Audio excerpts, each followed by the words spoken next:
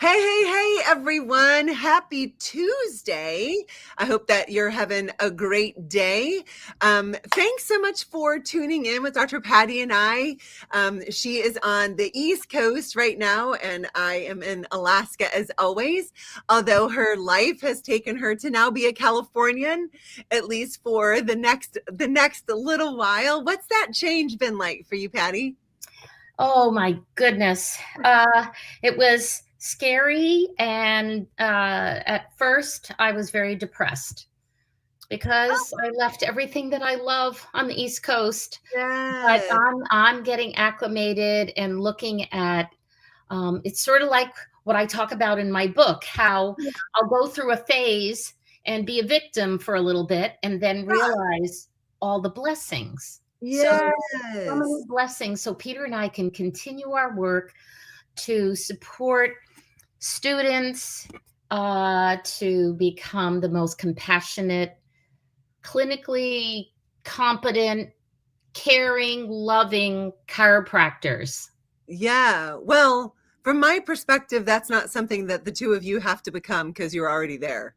Oh, You seem like you're both at the pinnacle of that. At least that's always been my experience with both of you. And thank you so much for your decades and decades of selfless service, not only in practice, but those who are practicing in leadership and just all of the different ways that the two of you have influenced and loved on people. What a game changer that makes, right? When we have someone in our life that we truly know cares about us, and you two are definitely that for so many. So thank you.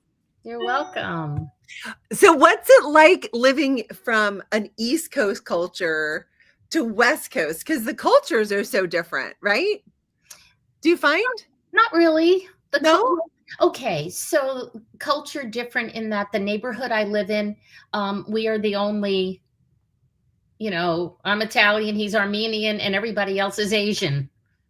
Oh, Literally, okay. everyone else is either Indian or Chinese and Japanese, and most of them work in Silicon Valley. So we are right near the bridge on the East Okay. Bay that takes you over to Silicon Valley. Okay. And they're all young and they all have kids. So now I have neighborhood grandkids. So you Oh. asked me about grandkids. I have grandkids, Cairo grandkids, Yeah. neighborhood grandkids, Yeah. so I'm finding my way. Yeah. Well, that's exciting. It's like you said, at first we often look at this is awful, poor me, and then we make our way around, and praise God you made your way through, right? Like some individuals just stay in that woe is me Mhm. posture and Mhm. miss out on so many opportunities. Well, I'm excited to dive into our topics today, and thanks to all of you who sent me messages just saying how excited you were for this broadcast. During the broadcast you can make comments, and when you put those comments in, Dr. Patty and I can answer them or address them after the broadcast. Obviously, we'll be able to come in and answer them. I speak this with confidence. If there's any way that Patty or I could help any of you, or if you're needing something, the hardest part isn't having the challenge, it's asking for help. And so we just want to let you know, we want to make that Mhm. easier for you. Reach out to us on Facebook and we'll do our very best to help you or put you in touch with someone who can. So please just don't stay stuck, and please know you're not alone. We're here to support you and help you. So let's dive right in. So your book brings a lot of humor and honesty to the guilt that we as moms carry. What made you decide to go there so directly instead of softening those feelings? I'm from Jersey, Enough said. transplanted to many other places, but it's who I am. I really feel like people connect with other people when they see that they are real, Yeah. and so I mean, I've spent time in my life feeling guilty. I even have guilt over some things still now, and I'm realizing as I get older that it's life is too short to Yeah. stay in guilt mode, because guilt mode then transforms into victim mode. I'm a victim to my circumstances. And so I, like many of the people here, unless I'm different, Mhm. I go through those stages of needing to, smack myself up the side of the head and say, Patti, stop feeling sorry for yourself. Everything that comes to me, that the challenges, the wonderful thing, whatever it may be, it's all part of the plan for Patti's life. Yeah. And I learn to accept it, even though I don't always like it. Yeah. And I feel like people connect with me better because I am real. Yeah. I do talk about the shit that goes on in my life. We all have shit. Am I Yeah. allowed to say that on your Yeah. Yeah. Yeah. Yeah. You're podcast good. here? Sometimes that's I the mean, most really, holy shit, the name of the book. it's just life gives you shit and you have to make the best of it. And then if you don't learn from it, then what's the point? You might as well just, beat yourself up all the time. So I've always found that in my whole life, when I was younger, up until when I had my first child, my first baby, that I could I could resource myself through anything. It's like there'd be a challenge, an obstacle, and I'd be like, I I'm gonna get through this. And my parents really taught me, to be resourceful. Yeah. And then I had Katie, and I had no control over my body, over my thoughts, over my life, over what I wanted to do. It was like, holy shit, why me? And then that's the victim. Why me? And I was in that for a while. And I Yeah. had Peter next to me, my hubby, for those that might not know, just keeps saying to me, Patti, just keep loving. Just keep Oh. spreading your love, spreading your love. I'm like, you don't know how hard it is, Peter. I'm trying, but it's hard. Mm-hmm. This little being has Mm-hmm. taken over me like a parasite. Yes. Right? Like that, and I'm so glad that you bring that up. Um, I I was never one of those pregnant women that was like glowing. Like that wasn't my expression. I was like, we got 40 weeks. We're getting through this. And I always had so much guilt about that. Like I felt the same way. Like, here's my body, it's strong and it's beautiful, and now what's happening, right? And then, like, especially in Cairo school, and there were these other moms that just embraced all of it and loved all of it. I'm like, what's wrong with me? Very And good. I just had to change my question. Nothing was wrong with me, I just do it differently, right? And Yeah. just Yeah. the surrender, the Yeah. surrender in the yuck. To Yeah. me, like, surrender is almost always the way through. Like, surrender, quit trying so hard, surrender, and you'll see the way. Right.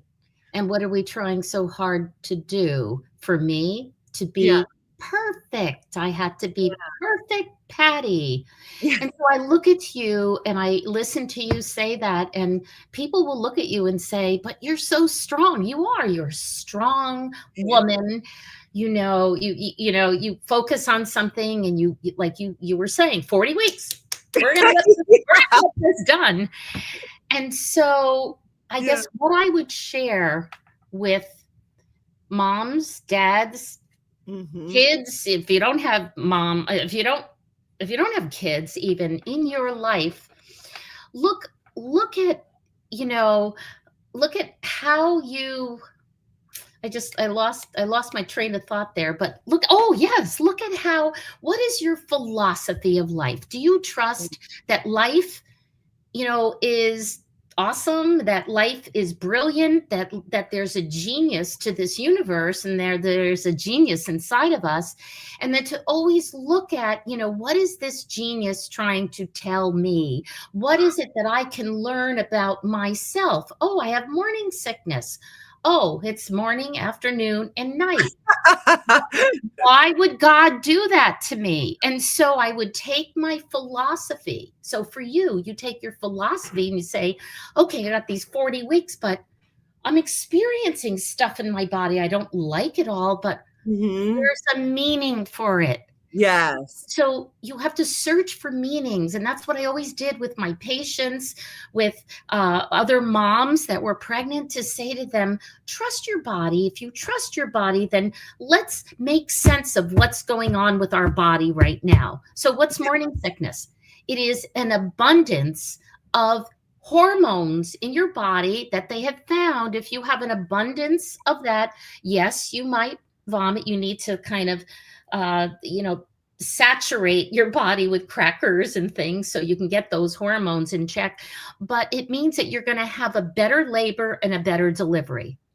And I certainly did. So when it happened, I just said, oh, that equals that. And oh, Preparing. why am I getting up 3 times, 4 times, 5 times a night to pee every 2 hours?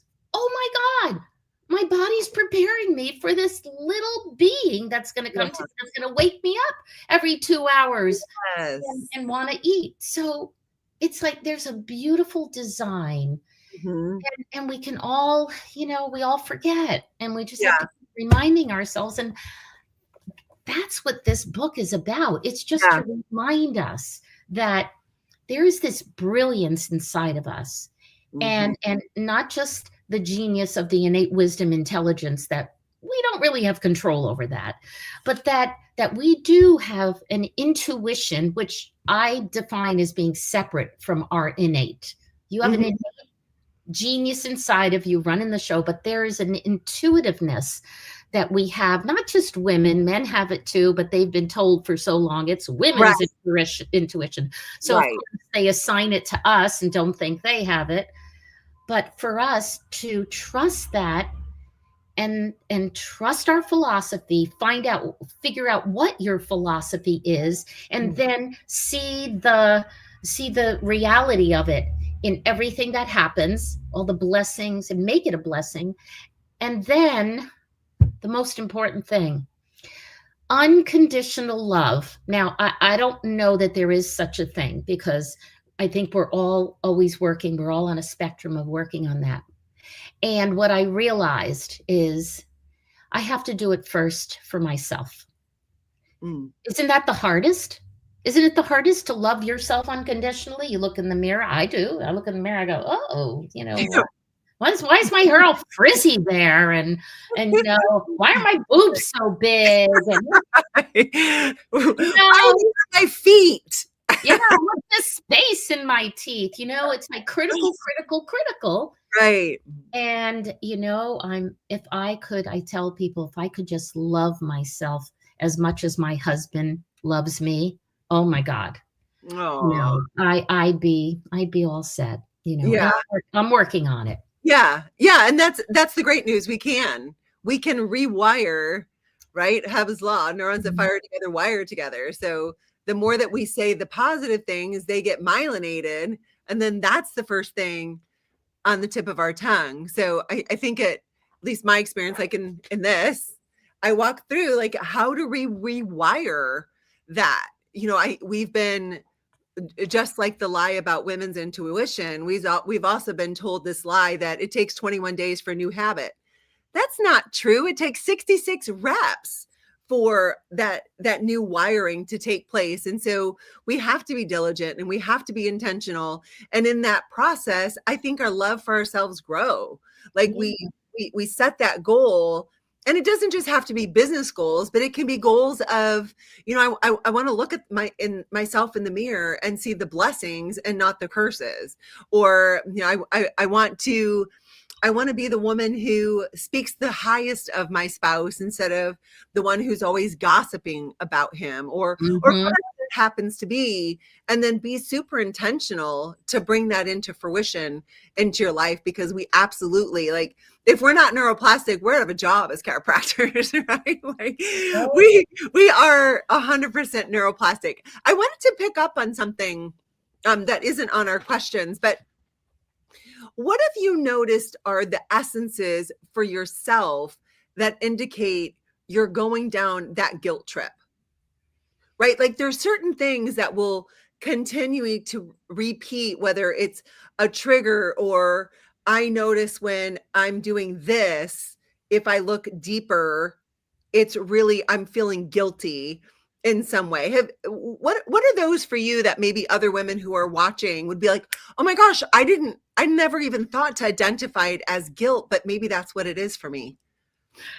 I mean, it's so stupid when I say it now, but when I was in high school, I my the nuns were kind of leaving the convent, and so our music teacher was the nun, and she left, and we weren't going to do our final, show of the year. So I went to the principal, said I'll do it. So I did it, came out great. At the end, I thanked everybody, and then the principal said, I want to see you in my office tomorrow. So I went to his office, and he said to me, I thought he was going to tell me what a great job I did, how he said, do you realize you forgot to say thank you to Mr. DeFeo, who brought his whole a drum corps with him? I was like, oh my God. And so I carry that. And I did what was I thinking on Yeah. FaceTime live a couple weeks ago about that it still is part of me that I feel guilty if I don't write a thank you note to somebody, if I don't send a sympathy card. Like I have a few people that have had relatives that have passed, and I haven't sent the sympathy card. I'm in New Jersey. All my sympathy cards are back because I keep a pile of thank Yeah. you cards, a Yeah. pile of sympathy cards, a pile of all different cards. And then I forget to bring them with me. I forgot to bring my card for my husband and my anniversary, which was last Thursday. I had a card all ready to go, and I forgot it. And in the morning we woke up, and I didn't know what day it was. I'm retired. And he had a card and flowers for me, and I felt guilty because Yeah. I didn't have something to reciprocate. And Peter's like, Patti, it's okay. I didn't want to forget because I didn't want the wrath of Patti if I forgot. I know I don't do. Yeah, if my kids don't call me on my birthday, then I might get a little testy and my thumb. Yeah. So yeah, it's things like that, like things like I fall short. And I think we all have that in whatever scenario. That was my scenario, but falling short and not living up to my expectations of myself. And then I'll feel guilty about it. And then I have to talk myself off the ledge and and just breathe and say, Patti, your friends still love you, whether they send you send a card or not. Your husband still loves you, even though you didn't give him an anniversary card. So, is that kind of what you were looking for? Yeah. And I think it's just it's so easy to go through life really superficially, right? And not stop, and not that we have to like question everything. I think one of the worst questions we can ask ourselves is why, because most of the time the answer is because, just like our parents told us, like, why are you doing that? Because, but to really look at, okay, when I feel guilty about not sending a card, what am I believing to be true in that moment? Like, am I believing to be true, oh my gosh, they're going to think terrible thoughts about me? Am I believing to be true that I suddenly don't care about people? Like all of these thoughts, right? Because we have 12,000 to 60,000 thoughts per day. And then when we spend time with the thought, we get our thinking. And most of the time, like 86% of the time, it's just that programming from when we were a kid, right? Or that programming of a wound that then ego set up a new way of thinking about a situation. And ego is like, whoa, that hurt last time. Let's insert a new rule here so you don't have to feel that again. And if we're not, if we don't create space in our life to really evaluate those thought loops, our lives can get very small, right? And it can feel like, and then this I'm not a big boundaries person, to be honest. Like, I think boundaries just make our world small. Like, if everybody else has to perform just right to make me feel okay and to make me feel safe, then life has to get pretty small so I feel Right, safe. right. Versus knowing that everyone can be doing their own thing, Mhm. and I have safety within my own being, because that's my experience of life, is really just what's happening in our thought bubbles. And so I think when we slow down enough, like you've done in writing this book and just in your life, to be like to have perspective and observer, that gives us the opportunity and this space to decide, I want to hold on to these thoughts, and I don't want to hold on to these thoughts. These thoughts don't serve me. Right, Or right. and just that awakening Well, that we're called into. and it, we can't do it alone. I have done more personal growth experiences, and I have done about 15 or so love your body programs with my good friend Dr. Barry Taylor, and he encompasses not just, some of it's weight loss, but a lot of it is looking at observing yourself and learning about yourself. And I have done this my whole adult life. I have always looked to, what can I do to learn more about myself?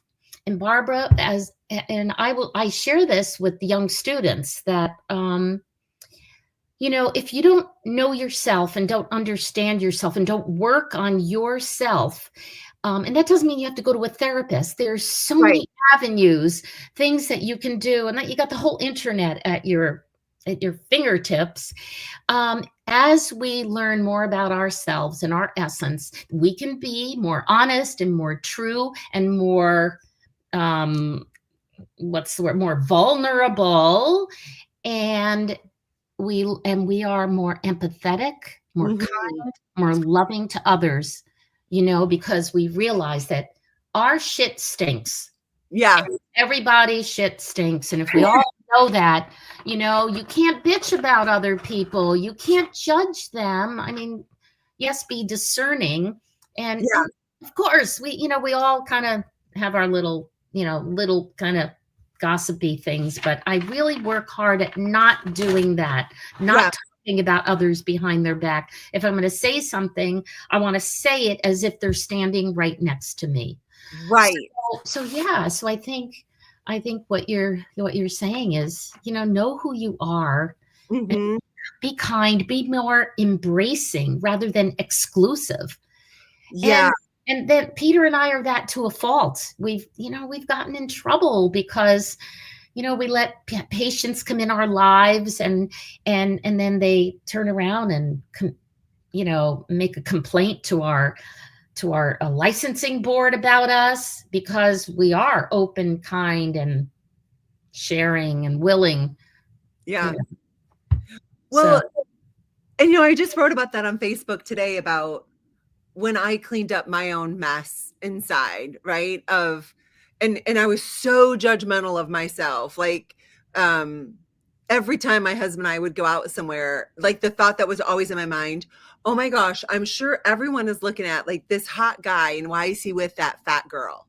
Like, every time, right? And so as that's cleaned up, in reference to what you were speaking, it's given me more compassion for others, right? Like, whatever comes out on the outside is only a reflection of either the peace or the chaos and war that's going on the inside, which right, makes it really easy then, when we truly know that and believe it, to not take other people's stuff personally, yeah, right? When someone says something to me, I'm like, you're just reporting of what you're seeing in your video game, which really has nothing to do with me. And therefore we can stand in compassion, we can stand in understanding for them, and hold space for them, and meet them where they are, to walk forward with them. And so when I meet people who are prickly, I always think, wow, I wonder, like, it just gives me compassion for the chaos inside them, because that's what comes out, right? And then we there's less of a draw for the gossip. when I felt unhealthy, I wanted, like, the misery loves company, right? Right. You seek out those kinds of people, but when you're healthy on the inside, that's what comes back. So let's talk about community. um you talk a lot about the wild, messy journey, beautiful journey of parenting. In your experience, how does community help you wrestle with those moments of, what was I thinking, I blew it? Yeah. Well, first of all, community starts with your significant other. So to have a significant other who's on the same page as you is critical. If you have different philosophies about life, it's always going to be a struggle. It's always going to be hard, and you have to become like really strong in whatever your beliefs are about life, health, whatever. If your spouse or significant other is not on the same page as you. Likewise, with the group that I surrounded myself with, they were mostly chiropractors. Right. When I, We're all hearing those. and they were chiropractors of the same philosophy of life and living. They were raising their kids the way we were. We were eating organic foods. We were co-sleeping. We were having our babies at home. And not everybody understands that. So No. what I learned was to zip it. Zip it. If you're going to be talking to somebody and they're not on the same page as you, when I was younger, I would just be a smartass and just say, oh, this is what I'm doing. And then it would provoke something in them, and then I could be on my soapbox and say, oh, this and this and this. And I realized that could become hurtful to me and my kids and our family. So I learned how to zip it and only tell certain people certain things that I would do.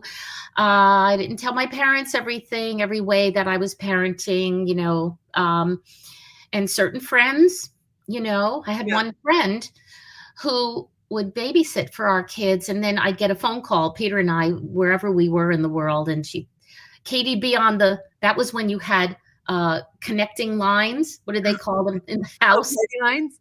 Party lines in the Party house. lines. Katie's on the other line, and my friend is going, your daughter did this. And Katie's going, I did it because she did this. And she goes, you need to discipline your daughter more. And I'm like, you need to have a daughter like Katie before you can ever tell me what to do with my Katie.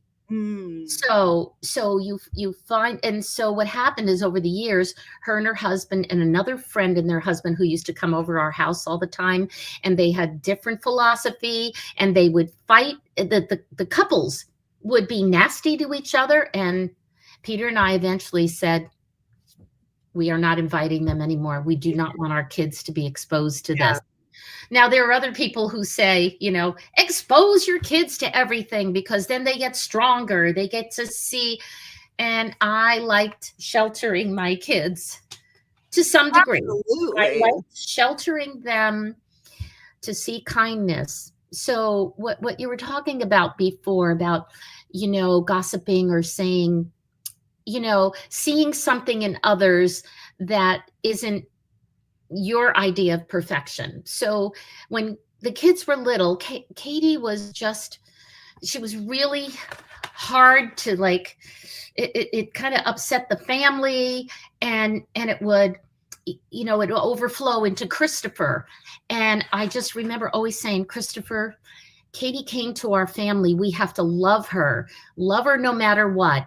And that means we have to take the high road. We have to put up with certain things because she's with us, because we are going to care for her and love her. And then one day we're in the car, we're driving home from school. She's beating the shit out of him. And I turned around and I said, Christopher, she does that again. Just haul up and slam her. He starts crying. You told me never to do that, Mommy. So to your point of, I didn't tell him your sister's a pain in the ass. Your sister's, although I might have thought that, right. She's, I didn't want him to ever do anything mean to her or to retaliate. And we smoothed over that little, Yeah. faux pas on my Yeah. part. I just lost it. Yeah. And so it's really hard to do that when you see people doing things or saying things that are so um, totally different from how Yeah. you think and feel. So the best thing you can do is remove yourself, or like you said, what you did, you took the high road, and Yeah. you become compassionate and empathetic to people, and Yeah. see that there are parts of them that you see in yourself, and you are not going to judge them for that, and you're going to be kind to them even though they may have a crappy day and they're taking it out on you. Yeah, Yeah. I see you as, but I think that's part of adulting and maturing. And not everybody gets there. Yeah. And the more you work on yourself, the more you're willing to be vulnerable and put yourself out there and be open to conversations that may Yeah. not always be fun. Yeah. My husband and I have a lot of those conversations. Yeah. Patty, were you thinking like, I'm like, evidently not. Yeah. Or I was thinking and Patty think. Yeah. Well, and I think it's important to know that life is actually really long. We I remember my chiropractor when I was a kid, when I was at Michigan State University, he would come to, that area for CE stuff. And I didn't even understand what any of that was, but he always made a point of taking me out to dinner, which was really sweet of him. Mhm. And I still remember standing outside of the restaurant, and we had talked the whole way to the restaurant. And as we walked in, before we walked in, he just stood and put his hand to the door and said, I hope one day you realize that there's more to just getting there. Because I'm like, I want to finish my undergrad and get to law school, and then I want to be an attorney, and like just go, go, go, go, go. And he, in his sweet way, was basically saying, like, don't forget to smell the roses. And so Yeah.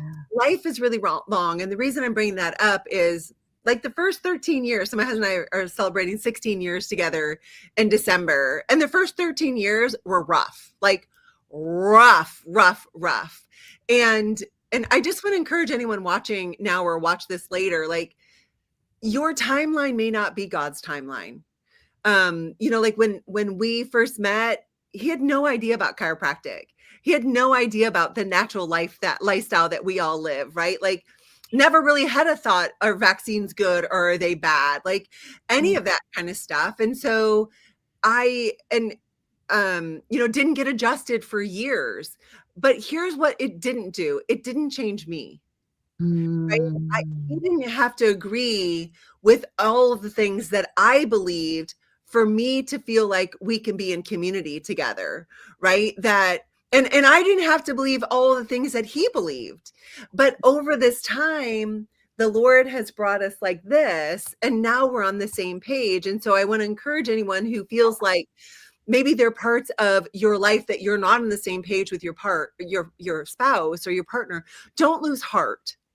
And in the process, like we keep saying, like, know yourself. And for me, one of the greatest ways for me to know myself better is to understand how my brain works. Right? That levels the playing field, that we all have an amygdala, we all have the prefrontal cortex, and it just works like this, like subluxation, right? Physical, chemical, and emotional stress greater than your body's ability to adapt causes subluxation. It's like me trying to talk to you with my hand over my mouth. Like, if there's interference, we can't communicate. Like, that just is, whether you agree with it or not, doesn't change the truth. And so in our own lives, they're going to be, and I think marriage is like this. And as long as both of you aren't willing to give up at the same time, you can make your way through, right? As long as one of my friends, Timothy Paulson, describes it this way, like a triangle, like, this is God, this is Barbara, this is Ben. And if we're both pursuing him, we're going to get closer and closer as we Mhm. pursue him in this strong triangle of Beautiful. three. And so, like, today isn't a representation of our entire lives. It's one day.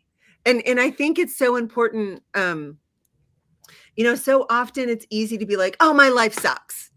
Well, maybe it's a bad day. Maybe it's a bad week. Maybe it's a bad year. Maybe it's a bad decade, but that's not the end of your life. Like this isn't the whole measure of what your life can be like. And so I bring that up because I think it's easy and Ron Sangara, I always say his last name wrong, but you know who I'm talking about. Panagra posted on my Facebook today. I'd ask, my husband and I are leading a small group on marriage for people in our church and outside of our church.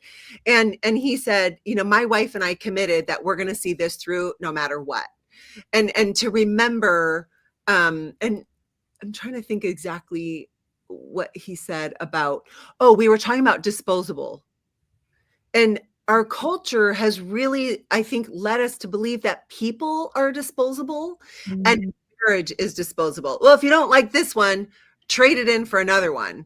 Well, here's what I know to be true. You're still that person in the next one, right? So get clean and get clear and get right in your marriage and see what happens. Like even a couple that I know that have been married for a long time, they're like, oh, we fell out of love. I'm like, that's the cool thing. Like, you fell out of love, but now you get to walk through these days of reuniting, like the beginning when we couldn't do anything but think about each other. Like, that's the stage that you're in. How cool. What's it going to take to rekindle that?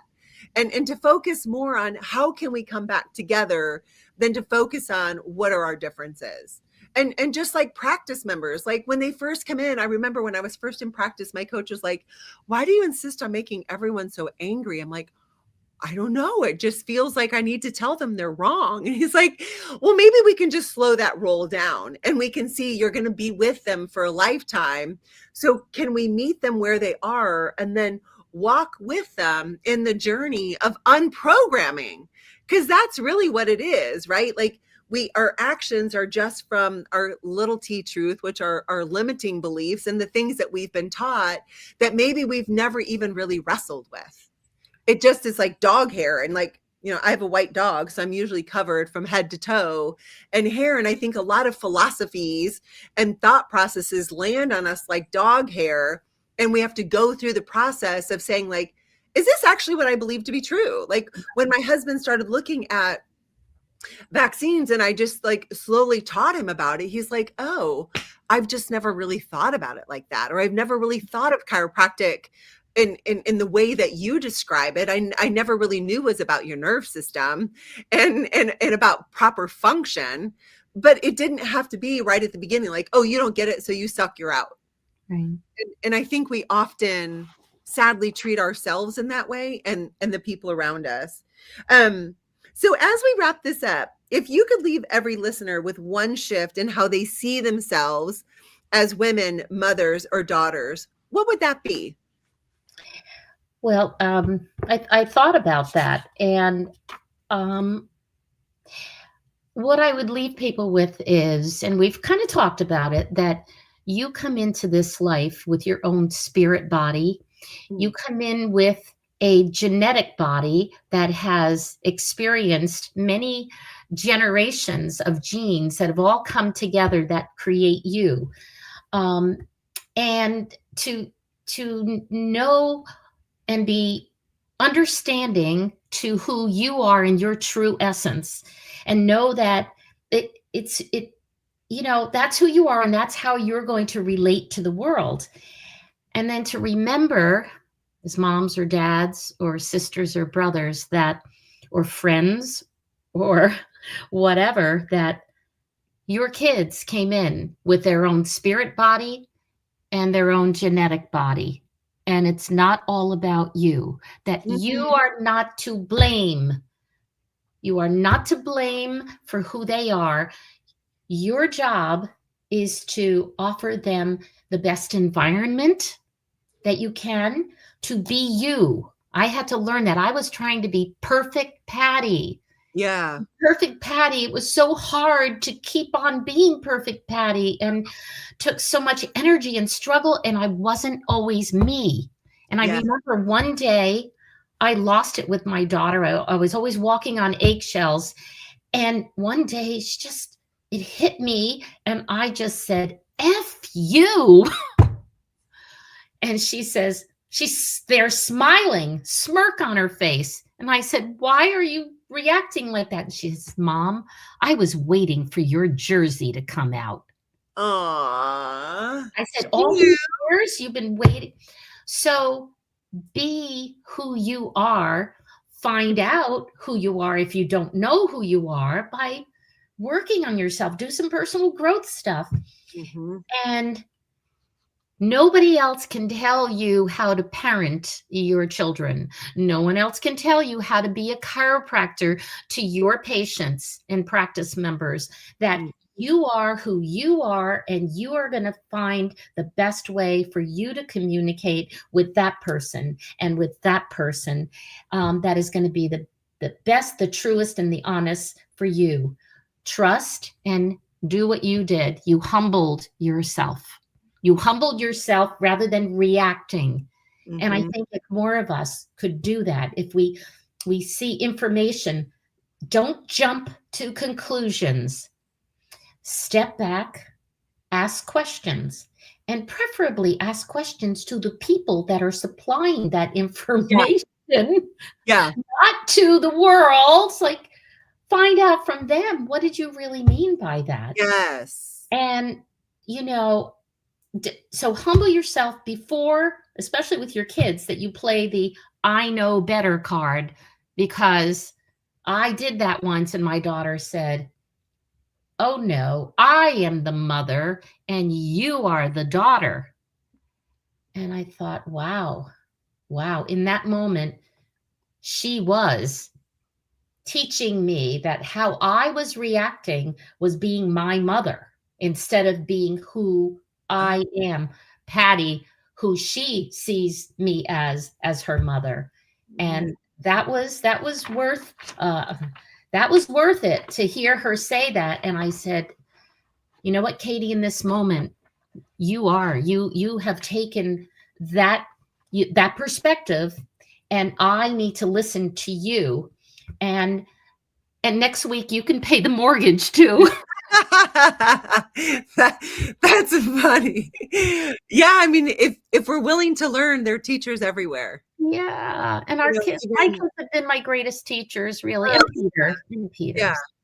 And I love that you brought to light they're their own people, Yeah, right? And so celebrate what that is. Celebrate their differences and celebrate their nuances, and they're learning in this life just like we're learning in this life. yeah. And don't give them labels.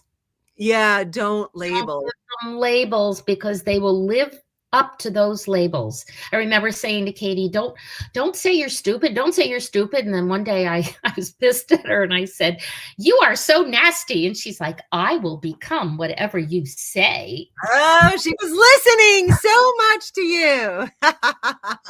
So yeah, you're She's right. got her mama in her for sure. That's awesome. Hey, Dr. Patty, thank you so much for joining me today. And for those of you who tuned in, we appreciate having 43, almost 44 minutes of your time today. If this was useful and you feel led, please do share it to your page. There may be, like you all know people we don't know. But I do know this, that we're in this game called life and we're in it to win it together. So the more that we can spread our love and our tentacles to others through something as simple as sharing, it does make a really big difference. And as I opened this Facebook Live today, if there's a way in which I can help you or Dr. Patty can, please Facebook message us. Don't leave this conversation with things incomplete that one of us could help you with. That's why we're here. So Patty, God bless you. Have a great time back on the East Coast, and give Dr. Peter a big hug when you get back to California. I will, Barbara. Thank you so Thank much. you I'm so much. honored that you had me on your show, and on this podcast, and just keep doing all the wonderful work that you're doing, inspiring people. And I love that you're doing a marriage Yeah. relationship course. And if I could get my hubby to take some time, maybe not now, but I will. Sometime. You can always be working on things that are working. They're working, but Yes. they're working so much better. Yes. Yep. Just like chiropractic care, right? Like we don't get adjusted just for the relief of it. We get adjusted for the life of it. And I I think like that. that all of that work that we do matters. So God bless you all. Have a great day, and we'll see you again soon. Bye. Bye.